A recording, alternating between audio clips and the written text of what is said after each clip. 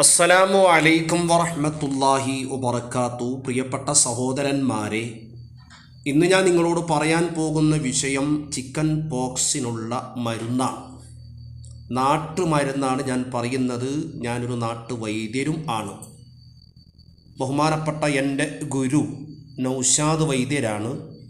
ബഹുമാനപ്പെട്ടവർ മരണപ്പെട്ടു പോയി. അദ്ദേഹത്തിൻ്റെ പാരത്രിക ലോകം അള്ളാഹു സന്തോഷത്തിലാക്കി കൊടുക്കട്ടെ. അദ്ദേഹത്തിൽ നിന്ന് ഒരുപാട് അറിവുകൾ ഞാൻ കരസ്ഥമാക്കിയിട്ടുണ്ട്.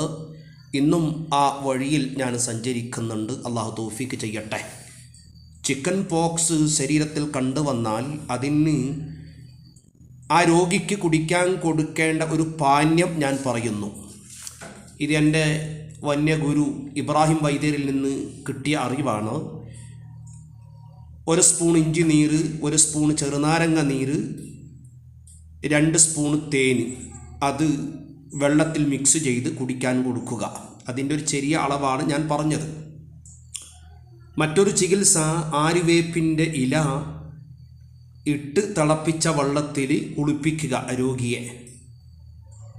മൂന്നാമതായി ചെയ്യേണ്ടത്, ആര്യവേപ്പിൻ്റെ ഇലയും പച്ചമഞ്ഞളും കൂട്ടി അരച്ച് അത് ആർക്കാണോ ചിക്കൻ പോക്സ് ഉള്ളത് അവരിൽ തേച്ച് പിടിപ്പിക്കുക.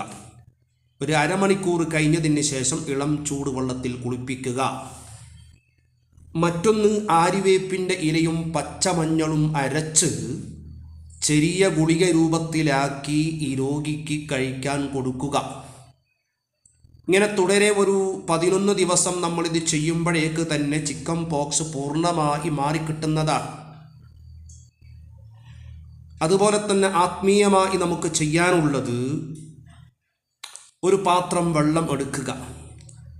ആ വെള്ളത്തിൽ സൂറത്തുൽ ഫാത്തിഹ 7 തവണ, സൂറത്തുൽ ഫലക്ക് 7 തവണ, സൂറത്തുൽ നാസ് 7 തവണ, സൂറത്തു യാസീൻ 1 തവണ, സൂറത്തുൽ ഖുറൈശ് 3 തവണ, സ്വലാത്ത് 11 തവണ, ലൈസ ലഹ മിൻ ദൂനില്ലാഹി കാശിഫ എന്ന ആയത്ത് 21 തവണ. ഇത് മന്ത്രിച്ച് വെള്ളത്തിലൂതുക. ആ വെള്ളത്തിൽ ഒരൽപ്പം കരിഞ്ജീരകം പൊടിച്ചിടണം. ഈ വെള്ളം കുളിക്കാൻ ഉപയോഗിക്കുന്ന വെള്ളത്തിൽ ഒഴിച്ച് ആ വെള്ളത്തിൽ രോഗിയെ കുളിപ്പിക്കുക. വേണമെങ്കിൽ ഇതിലേക്ക്, ഈ വെള്ളത്തിലേക്ക് പച്ചമഞ്ഞളും ആര്യവേപ്പിൻ്റെ ഇലയും ചതച്ചിട്ട് തിളപ്പിച്ച് കുളിപ്പിക്കാവുന്നതാണ്. എന്നാൽ ശരീരത്തിലുണ്ടാകുന്ന ഇങ്ങനെയുള്ള പ്രശ്നങ്ങൾ മാറിക്കിട്ടും. നല്ലൊരു ചികിത്സയാണ്. അസ്സലാമു അലൈക്കും വറഹ്മത്തുള്ളാഹി വബറകാതുഹു.